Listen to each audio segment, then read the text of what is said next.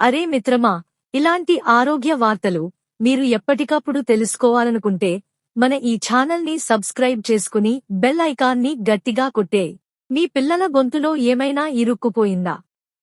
చిన్న పిల్లలు, ముఖ్యంగా 1-5 ఏళ్లవారు ఆహారం తినేటప్పుడు లేదా ఆడుకునేటప్పుడు ఏదైనా వస్తువు గొంతులో ఇరుక్కుపోయే ప్రమాదం చాలా ఎక్కువ. ఇది చాలా తీవ్రమైన అత్యవసర పరిస్థితి. సరైన సమయంలో చర్య తీసుకోకపోతే ప్రాణాంతకం కావచ్చు. ఇటీవల ఛత్తీస్గఢ్లో 16 నెలల చిన్నారి శనగ గింజ గొంతులో ఇరుక్కుపోవడంతో ప్రాణాలు కోల్పోయిన ఘటన ఇందుకు ఒక దుఃఖకర ఉదాహరణ.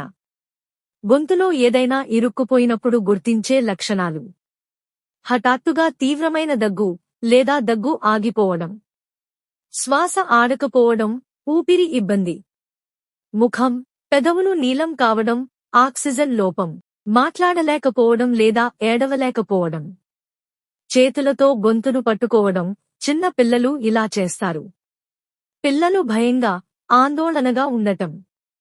తక్షణం ఏం చేయాలి? First aid steps: 1. శాంతంగా ఉండండి. తొందరపడితే పిల్లలు భయపడి పరిస్థితి మరింత క్లిష్టమవుతుంది. 2. పిల్లలను నిలబెట్టండి లేదా కూర్చోబెట్టండి, పడుకోబెట్టకండి. వస్తువు మరింత లోపలికి వెళ్ళవచ్చు. 3. వీపుపై మెల్లిగా తట్టండి. 1-5 ఏళ్ల పిల్లలకు వీపును కిందికి వంచి, శిరస్సు కిందికి ఉంచి 5 సార్లు భుజాల మధ్య మెల్లిగా తట్టండి. 1 ఏళ్ల లోపు శిశువులకు శిరస్సును కిందికి వంచి, వీపును 5 సార్లు తట్టండి. 4. హీమ్లిచ్ మాన్యువర్, అబ్డామినల్ థ్రస్ట్స్. వస్తువు బయటకు రాకపోతే 1 ఏళ్లు పైబడిన పిల్లలకు వెనక నుంచి 2 చేతులు పొట్టపై, నాభి పైన పెట్టి వేగంగా లోపలికి పైకి తోయండి 5 సార్లు. శిశువులకు శిరస్సును కిందికి వంచి వీపు తట్టడం, ఛాతీపై మెల్లిగా 5 సార్లు నొక్కడం. 5. వెంటనే ఎమర్జెన్సీకి కాల్ చేయండి. 108 లేదా ఆసుపత్రికి తీసుకెళ్లండి. ఇంట్లోనే ప్రయత్నిస్తూ ఆలస్యం చేయకండి. ఇరుక్కుపోయే అవకాశం ఉన్న ఆహారాలు, వస్తువులు: గుండ్రని గింజలు, శనగ, బదాం, కాజు. గుండ్రని పండ్ల ముక్కలు, ద్రాక్ష, చెర్రీ, ఆపిల్ ముక్కలు. Popcorn, hard candies, gum.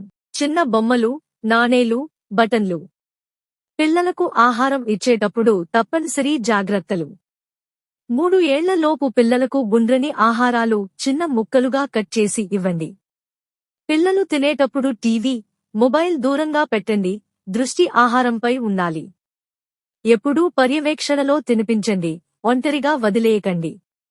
పిల్లల చేతికి చిన్న వస్తువులు అందకుండా చూసుకోండి. గొంతులో ఏదైనా ఇరుక్కుపోయినట్లు అనిపిస్తే ఆలస్యం చేయకండి. ప్రతి నిమిషం ముఖ్యం. పై స్టెప్స్ తెలుసుకోండి. కుటుంబంలో అందరికీ చెప్పండి. మీ పిల్లల వయస్సు ఎంత?